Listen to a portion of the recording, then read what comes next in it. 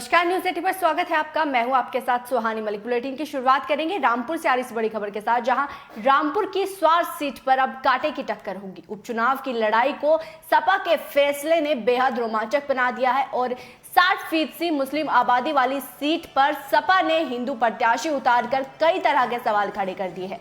BJP गठबंधन ने स्वार seat पर पसमादा प्लान जो है वो उतारा है, लेकिन सपा गठबंधन ने इस सीट पर हिंदू कार्ड खेला है। उत्तर प्रदेश में निकाय चुनाव के साथ साथ 2 विधानसभा सीटों पर उपचुनाव हो रहे हैं, जिसमें मिर्जापुर की 96 सीट और रामपुर की स्वार सीट शामिल है। इस बार स्वार सीट पर सियासी दल बिल्कुल बदली हुई रणनीति अपना रहे हैं, खास तौर से बीजेपी और समाजवादी पार्टी। जहां बीजेपी ने यह सीट अपने सहयोगी अपना दल को दी, वहीं अपना दल ने पसमादा समाज से आने वाले शफीक अहमद को यहां उतारा, तो वहीं सपा ने 21 साल बाद यहां हिंदू कार्ड खेला और अनुराधा को टिकट दिया।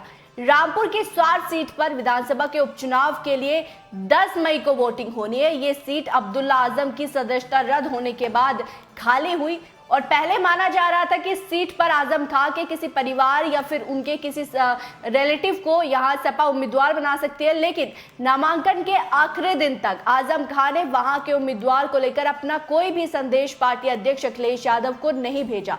इस सीट को लेकर वो बिल्कुल साइलेंट मोड पर चले गए और फिर लंबे इंतजार के बाद नामांकन के आखिरी दिन सपा ने जिला पंचायत अध्यक्ष अनुराधा चौहान को टिकट दे दिया और एकदम से बाजी पलट दी।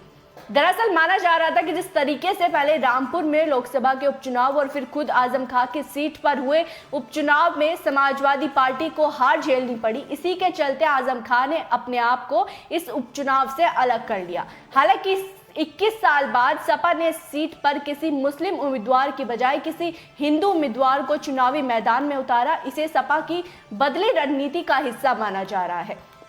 स्वार सीट पर जहां मुस्लिम आबादी लगभग 60% है, वहां सपा ने हिंदू कार्ड खेल बीजेपी के कोर वोट को अपने पाले में लाने की कोशिश की, तो वही बीजेपी ने इस सीट पर एक बार फिर अपना दल के सहयोगी अपना दल एस को इस सीट पर प्रत्याशी उतारा और अपना दल ने यहां से पसमादा समाज से आने वाले पार्टी के नेता को उम्मीदवार बनाया।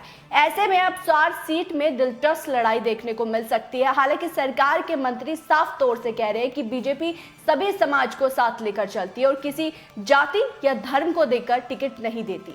रामपुर में जब आजम खां के लोकसभा सदस्यता छोड़ने के बाद लोकसभा सीट पर उपचुनाव हुए, तब वहां आजम खां के बेहद करीबी आसिम रजा को सपा ने उम्मीदवार बनाया, लेकिन तब बीजेपी ने घनश्याम लोधी को, जो कि मुस्लिम बहुल्य इलाके में चौंकाने वाले परिणाम आए। फिर इसी तरह अब आजम खां की विधानसभा की सदस्यता हुई तो एक बार फिर से सपा ने आसिम रजा को उम्मीदवार बनाया, लेकिन उनके सामने बीजेपी ने आकाश सक्सेना चुनाव जीत गए और अब स्वार में उपचुनाव की घोषणा हुई तो माना जा रहा था कि सपा किसी मुस्लिम और बीजेपी गठबंधन किसी ओबीसी को टिकट दिया जा सकता है, लेकिन सपा ने एकदम से चौंका दिया जब सपा ने इस सीट से हिंदू कार्ड खेला।